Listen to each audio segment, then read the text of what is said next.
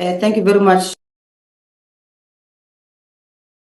We've lost count of how many times in the past 10 years we've debated the developmental role of the financial sector in supporting industrialization and structural transformation in this very same house. Some members of parliament may remember this, although many might be new. But in the 5th Parliament, Chair, it was the EFF that pushed for joint public hearings on financial sector transformation way back in 2017. Chair, we raised this issue for two reasons. First, the financial sector has poor record of transformation because more than 20 years after the beginning of the democratic dispensation, economic power through the financial sector remains in the hands of a white minority, particularly men. The second reason, Chair, was that the government had failed in 20 years to transform the financial sector so that it plays a developmental role in supporting reindustrialization. I want to encourage members, Chair, through you, particularly those who sit in the Standing Committee of Finance, to go and read the report that was finalized on the 6th of September and tabled in the House on the 28th of November 2017. One particular recommendation that was made out of that report, Chair, which is relevant to today's discussion, was the need to deal with market concentration, monopolization, and ownership in the financial sector that undermines any efforts to support industrialization and structural transformation. That was nearly 7 years ago, and the former liberation movement has done nothing but protect the status quo of a white-owned economy that serves the minority. It's not like that was the last time we debated this matter, Chair. We debated a similar matter once again in June 2022 when the National Assembly considered the financial sector and the total banking assets grew to 7.7 trillion rands, of which very little, if anything, belongs to Black people. Chair, you'll find the same situation in the life insurers and non-life insurers owned and controlled by monopolies. Chair, we are not debating this today because we don't know what needs to be done. We know exactly what needs to be done. The financial sector is responsible for every part of our lives. It controls what we eat. It controls where we sleep. It controls where we work. It controls how we get to work, whether we have life, funeral, or assets insurance, whether we produce as a country, and everything else that we can think of. The current model of the financial sector that is in the hands of a few people who control the fate of this country is never going to work. We need to take lessons from China. China is the only country in the history of development that has uplifted more than 700 million people out of poverty since the late 1970s. The largest economy in terms of GDP, in terms of purchasing power parity. Chair, the state must be at the forefront of industrialization the same way the IDC was back in the 1950s. We need state-owned banks, not one, but many. We need state-specialized banks. We need state insurance companies that support and incentivize industrialization. The state must have its own capacity to support and lead industrialization without being worried about the so-called market sentiment, but should incorporate policy instruments that will resolve poverty, high levels of unemployment, and inequality. Instead, House Chair, we'll continue to be told about private banks' profits that do not translate into jobs if we don't change the status quo. Chair, you'll note that ABSA recorded 20.9 billion earnings in 2023, and that money does not help us to reduce the inequality. Nedbank, the same thing, 15.7 billion earnings, while workers are losing homes and cars.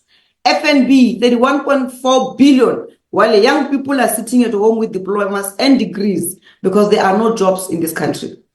Chair, if we do not create state capacity, a state-led financial sector, and state-controlled industrialization financed by the state, we'll be back here in 7 years' time to debate yet another subject sponsored by the same party, except that that party will not be in power. It will be completely out of power. The honourable members today. Deputy Speaker, at first instance of the GNU, the CIC soundly declared that there was no GNU, and rather that this was just a collision between white supremacists and house Negroes. Later, the Madam for White Supremacy came along and confirmed this arrangement, and even went as far as spilling the beans that House Negro number one successfully fooled the ANC. And this was not the first time the ANC as a collective was fooled.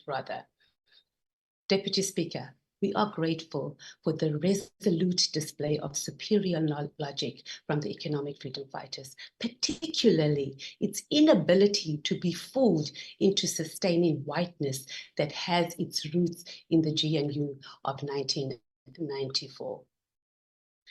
Just this past weekend, the CIC published an article in the Sunday Times, and he puts it best, and I'm going to quote it. The third and perhaps the most fundamental similarity in contemporary political developments is South Africa's transition to democracy in the early 1990s.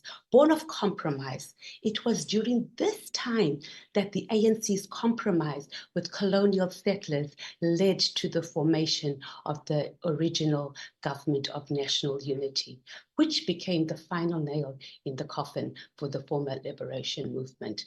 And then once in the GNU, the ANC abandoned all its radicalism it had preached while in the trenches. The ANC abandoned the nationalization of mines, of banks and monopoly industries. And this was the policy of most of its senior leaders had committed to do. And this change or modification of this position was presented as something inconceivable, unquote. The truth of the matter is that whether we call this the GNU, whether we call it a DA-led coalition, this is a commitment to maintaining the status quo of white ownership and control of our land and our economy. And another truth, and perhaps a discussion for another day, is that the GNU, whether it's 1994 or 2024, it is white supervision to stop real transformation of our economy. It is to stop the expropriation of land without compensation. And ultimately, it is the white establishment's thuggery to fight back economic freedom in our lifetime. Our national dialogue must focus less on the term GNU, but rather on its fundamental mission.